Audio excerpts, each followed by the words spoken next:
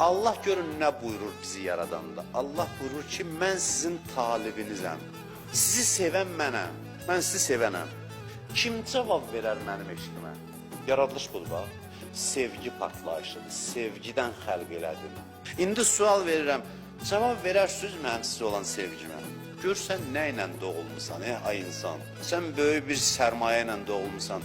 Sənin zərrə zərrəndə Allahın sənə olan sevgisi var. Allah sənin aşıqındır. Yaratması eşq elan eləməsidir artıq. Yaradılışın sevgidən başqa səbəbi yoxdur. Onun sevgisi ilə doğulmuşuq və biz bir ömür neynəsək o sevgiyə cavab veririk əslində. Nəticədə nə yaranır? Namaz, oruc, həc, zəkat, xums, cihad, hamısı sevgiyə cavab vermək cəhdidir. Axırda da başa düşürsən ki, acizsən bu sevgiyə cavab verməkdə və dünyadan köçürsən.